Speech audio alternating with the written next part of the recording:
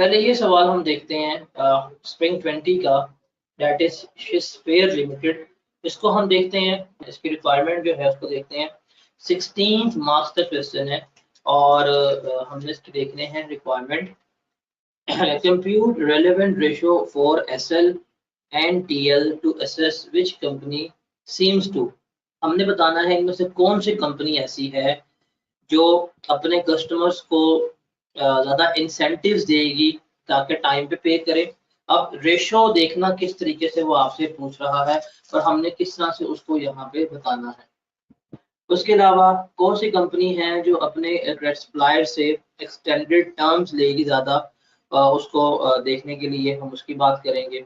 उसके बाद कौन सी कंपनी है जिसने अपना कैपिटल जो है वो ज़्यादा एफिशिएंट तरीके से इसको लगाया हुआ है, इसको डिप्लॉय किया हुआ है, उसके ऊपर हम बात करेंगे। Ratios, okay. किसकी लिक्विडिटी पोजीशन जो है वो बेहतर है, किस कंपनी के अपनी सेलिंग प्राइस जो है वो लोअर करनी पड़ेगी मार्केट का शेयर गेन करने के लिए। उसके बाद किस कंपनी की एबिलिटी उसके एसेट्स को प्रॉफिट में कन्वर्ट करने की ज़्यादा है, एसेट टर्नओवर रेशो यहाँ देख लेंगे। कौन सी कंपनी ऐसी है जो अपने ऑपरेटिंग एक्सपेंसेस को ज़्यादा बेहतर तरीके से कंट्रोल कर रही है, और कौन सी कंपनी के पास एबिलिटी ज़्यादा है कि वो आराम से बैंक से लोन वगैरह सिक्योर कर सकती है। ये अब इसने जो रेशोस पूछी हैं, अगर मैं इसकी बात करूं तो यहाँ पे ये बात कर रहे हैं गियरिंग रेशो की। ऑपरेटिंग एक्सपेंसेस की बात करें तो यहाँ पे ऑपरेटिंग एक्सपेंस रेशो की बात की है। Higher ability to convert asset into profit जो है यहाँ पे ये रिटर्न ऑन एसेट्स, हाँ ROA की बात कर रहा है कि अगर हमने 100 के एसेट लगाए कितना हमें रिटर्न मिल रहा है।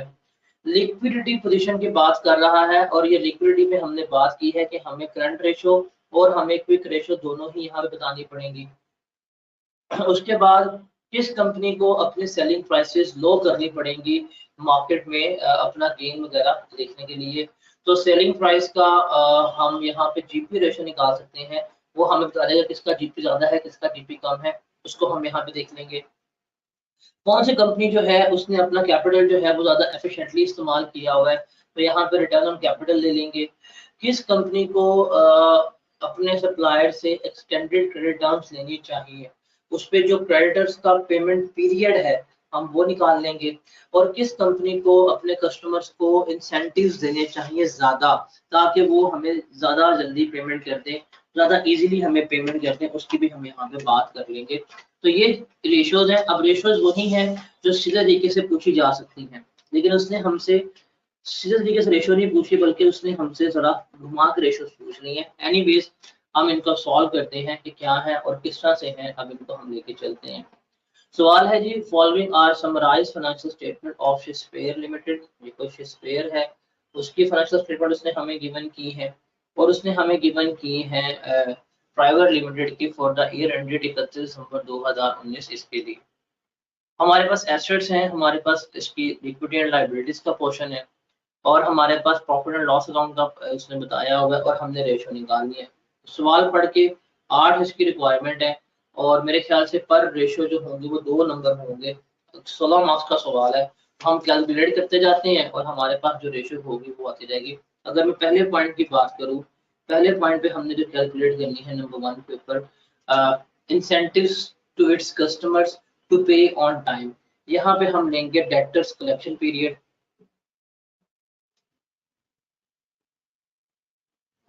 कि हम डेटर से कितनी जल्दी जो है वो कैलकुलेट कर रहे होते हैं। अब इसका फॉर्मूला क्या होगा, फॉर्मूला होगा कि हम यहाँ पे अपने डेटर्स ले लेंगे, उसको डिवाइड कर देंगे हमारी नेट सेल से और मल्टीप्लाई करेंगे हमारे पास नंबर ऑफ डेज जो साल में है। इसने हमें नहीं बताया तो हम यहाँ पे 365 डेज ले लेंगे। इस फॉर्मूला के मुताबिक हमने क्या करना है, हमने उनको लेके चलना है। अब यहाँ पे डेटर्स मेरे पास गिवन है दोनों कंपनीज के। इस कंपनी के जो हैं डेटर्स 3200 में, और नहीं डेटर्स नहीं आएगा, सेल्स आएगी सॉरी। इस कंपनी की सेल्स जो है वो 16,700 है, इस कंपनी की जो सेल्स है वो 35,400। डेटर्स की बात करें इसके 2700 है, इसको 3200 है, तो हम इसकी जल्दी से निकाल सकते हैं। यहाँ पे आपके पास आ जाएगा एसएल, आप यहाँ पे एसएल लिख लें और यहाँ पे आप टीएल लिख लें। अब एसएल की सेल्स कितनी है, एसएल की सेल्स जो है वो 16,700 है और उसका डेटर्स कितने हैं, एसएल के डेटर्स हैं 2700 के। आप इसको यहाँ रख के मल्टीप्लाई कर लें और 360 से मल्टीप्लाई कर लेंगे, 365 से आपके पास उसका डेज आ जाएंगे, कितने डेज में आप इससे कलेक्ट कर रहे हैं। इसका जवाब क्या आएगा, 59 इसका आंसर आ रहा है। 59 डेज, राउंड ऑफ नहीं कर रहे हैं हम, इसको ऐसे लेके चलते हैं। उसके बाद दूसरा पकड़ते हैं, उसकी सेल्स 35,400 है और उसके डेटर्स जो हैं वो 3200 के। इसकी सेल्स जो है वो 3200 के इसके डेटर्स हैं और 35,400। इसको 365 से मल्टीप्लाई करें, तब क्या जवाब आएगा, 32.99। इसको 33 कर लेते हैं, राउंड ऑफ करके चलते हैं, 33 दिन है। अब इसने सवाल किया था कि बताएं जी कौन सी company, which company seems to, हमें क्या लग रहा है कौन सी कंपनी ऐसी है जो अपने कस्टमर्स को इंसेंटिव दे रही है कि वो टाइमली पे करें। अब ये एसएल को पेमेंट हो रही है 59 डेज में, इसको पेमेंट हो रही है 33 डेज में। तो खुद बताओ कौन सी कंपनी ज्यादा इंसेंटिवाइज कर रही होगी अपने डेटर्स को कि भाई तुम पेमेंट कर दो। Obviously TL. तो यहाँ पे हमें लग रहा है जिसके डेज कम है वही अपने कस्टमर्स को पुश कर रही है कि भाई ना हम तुम्हें डिस्काउंट दे रहे हैं, हम तुम्हें इंसेंटिव दे रहे हैं कि आप हमें टाइमली पे कर लो। तो यहाँ पे कौन सी कंपनी होगी, टीएल होगी। तो ये हो गया हमारा। उसके बाद है पॉइंट नंबर 2। पॉइंट नंबर 2 पे हम चलना है। यहाँ पे है कि कंपनी जो एक्सटेंडेड क्रेडिट टर्म्स ले ले from its employers, from its employers. तो हम यहाँ पे ले लेंगे क्रेडिटर्स का पेमेंट पीरियड। इसका फॉर्मूला क्या होता है, creditors over purchases multiply by 365। तो याद है कि हमारे पास क्रेडिटर्स जो हमने परचेजेस फॉर द ईयर किए होंगे वो पकड़ेंगे, इसको 365 से मल्टीप्लाई करेंगे, हमारे पास जवाब आ जाएगा। अब यहाँ पे एसएल ने कितनी की है, एसएल की बात करते हैं। एसएल की हमारे पास कॉस्ट ऑफ गुड्स सोल्ड है, क्या हमारे पास परचेजेस गिवन है,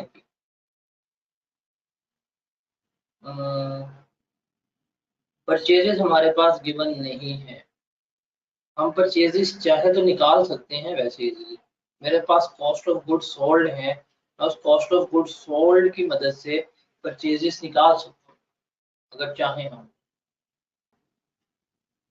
हमारे पास ओपनिंग इन्वेंट्री या ओपनिंग क्रेडिटर्स नहीं है, हमारे पास ओपनिंग इन्वेंट्री और हमारे पास ओपनिंग क्रेडिटर्स नहीं है।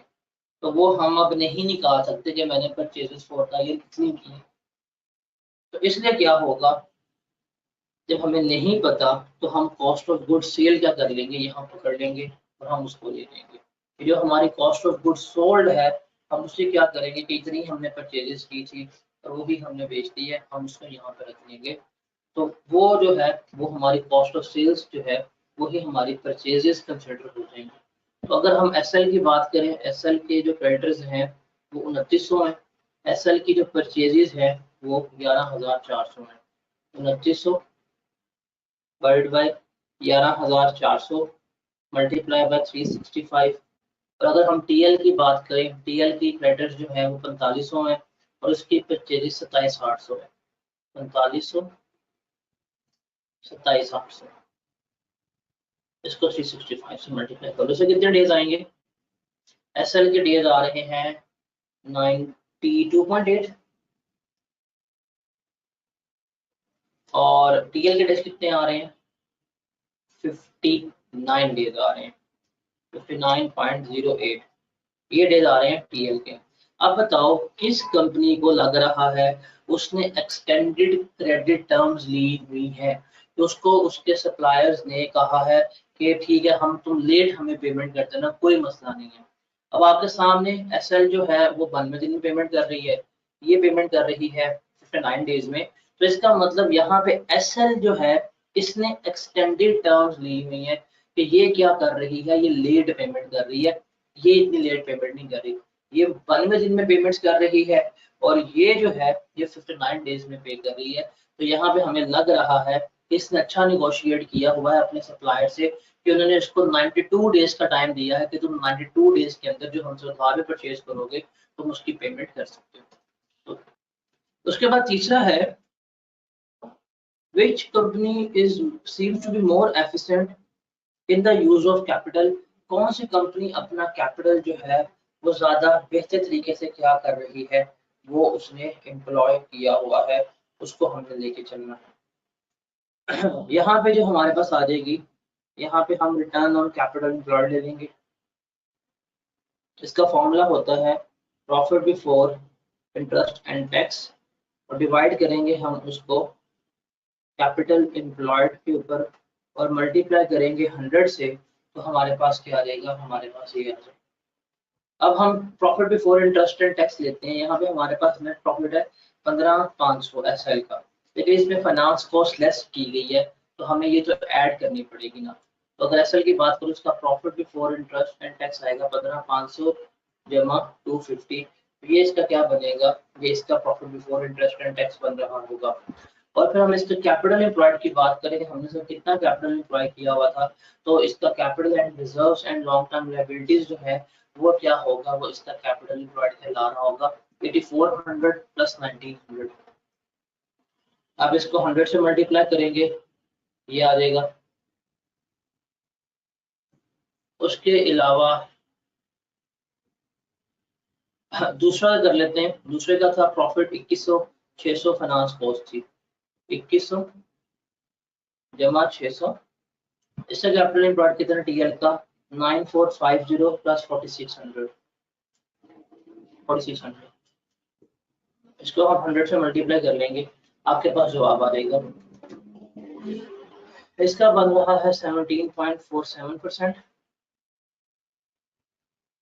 इसका बन रहा है 19.217%। तो किस कंपनी ने ज्यादा बेहतर तरीके से अपना कैपिटल एम्प्लॉय किया हुआ है, the higher the ratio the better one. तो यहाँ पे टीएल जो है वो ज्यादा एफिशिएंट लग रही है, वो अपने कैपिटल के ऊपर उसने रिटर्न ज्यादा अच्छी तरीके से जनरेट किया होगा। अच्छा, जीपी रेशियो जो चौथी इसकी थी, दैट वाज हमने देखना है कि कौन सी कंपनी ऐसी है जिसने अपना सेलिंग प्राइस जो है वो लो रखी हुई है, ताकि वो मार्केट का शेयर जो है वो उसको गेन कर सके। ध्यान से पढ़ना, क्योंकि आपने इसी पर्सपेक्टिव से इसको इंटरप्रेट करना है कि किस कंपनी ने अपनी सेलिंग प्राइस कम रखी हुई है मार्केट शेयर गेन करने के लिए। तो यहाँ पे आइडियल जो है वो जीपी रेशियो बनती है। अगर हम एसएल का जीपी रेशियो निकालें, क्या आएगा जवाब इसका 31.74।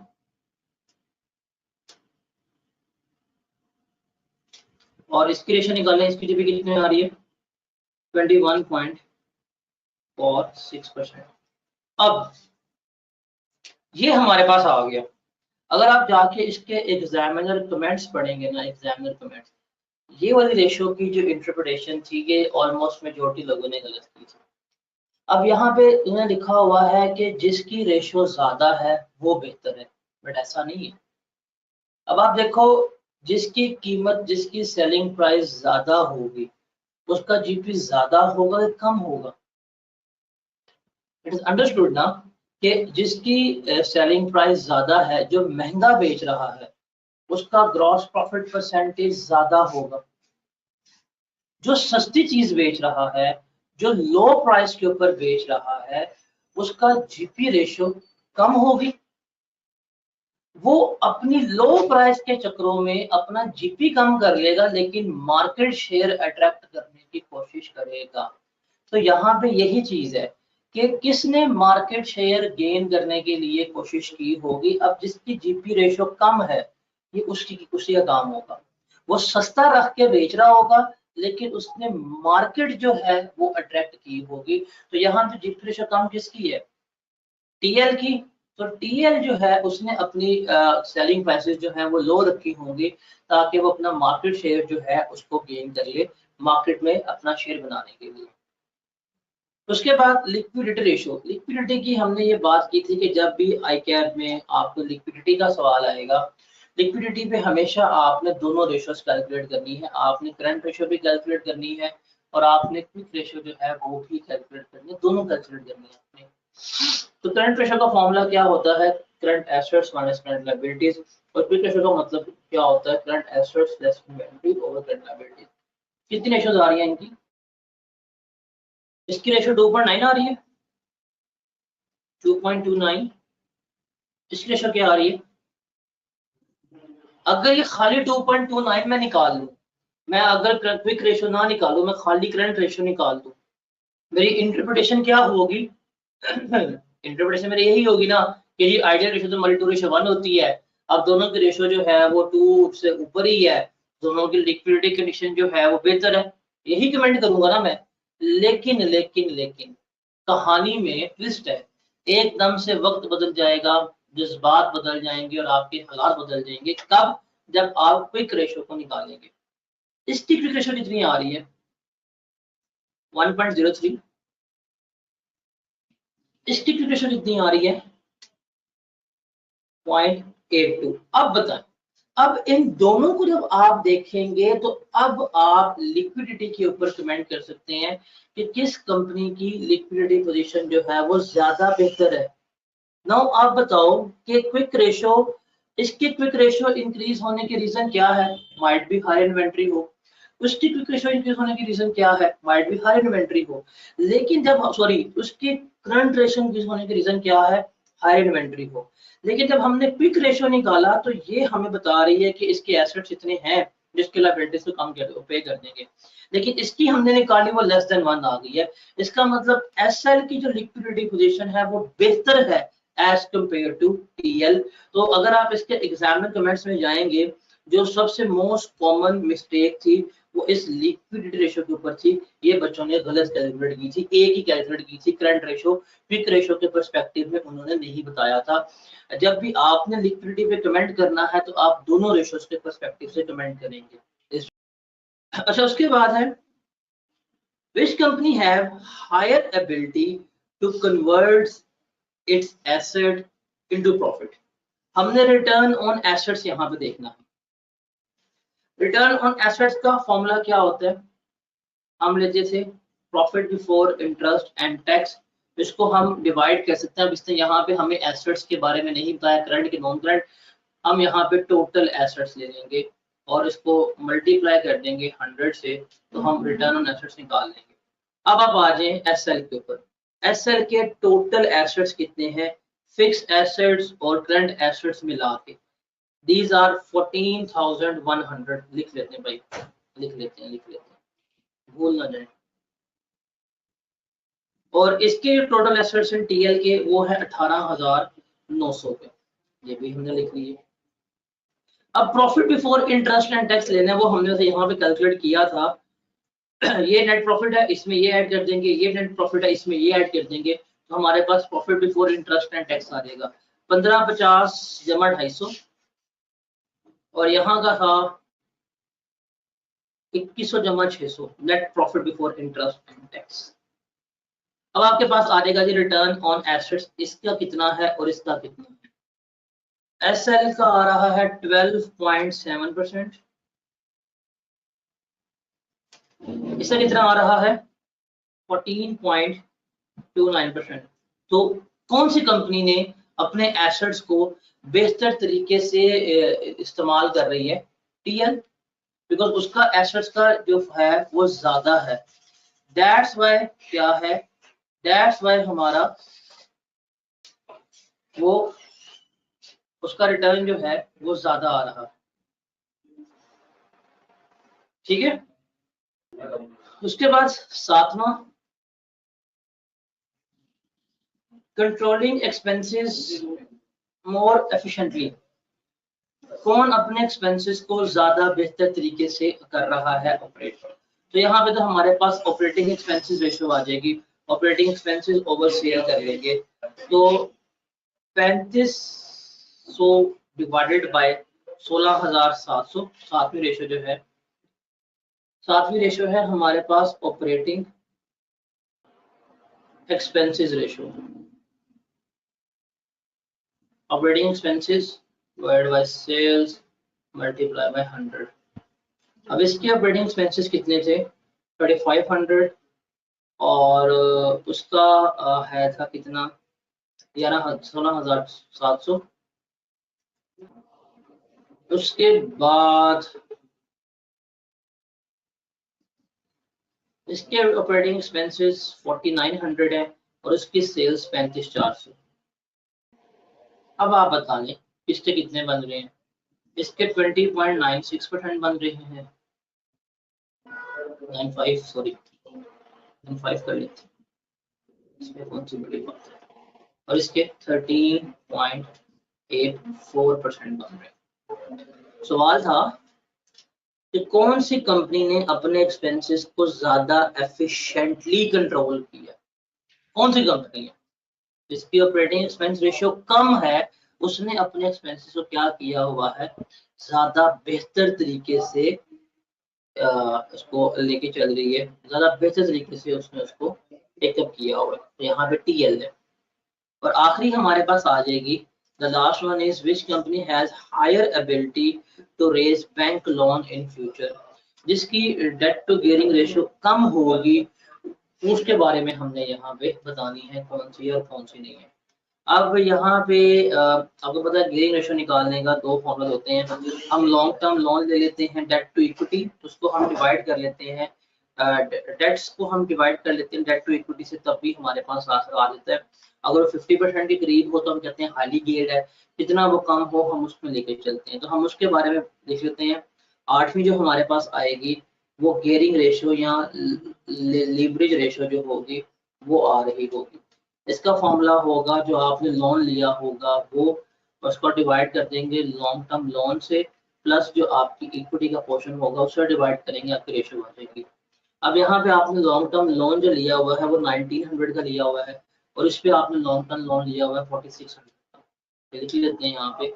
इसका 1900 आपने लॉन्ग टर्म लोन लिया है, इसकी इक्विटी जो है थी वो 8400 थी, और जो लोन है वो आपका 1900, उसकी इक्विटी 9450 है और लोन 4600 है। अब इसको सॉल्व कर लें। जिसका आंसर नियर टू 50 होगा वो हाईली गियर्ड अप होगी, जिसका आंसर कम होगा वो उतनी लो गियर्ड अप होगी। पहले वाले का आंसर आ रहा है 18.44%, दूसरे वाले का आंसर कितना आ रहा है 33%। इसका मतलब ये टीएल ने ज्यादा लोन लिया हुआ है, एसएल का लोन कम है। तो इसका मतलब अगर फ्यूचर में एसएल ने लोन लेना हो तो एसएल के लिए ज्यादा इजी है, बिकॉज इतनी ये गेयर्ड अप नहीं है। ये जो कंपनी है ज्यादा गेयर्ड अप है, इसने जो लोन है वो ज्यादा लिया हो। तो ये हमारा सवाल था 16 नंबर का। एंड अगर आप देखें तो ये सवाल मुश्किल लग रहा होता है एग्जामिनर कमेंट्स के पर्सपेक्टिव से, but it was one of the easiest question जो अभी तक हमने डिस्कस किया।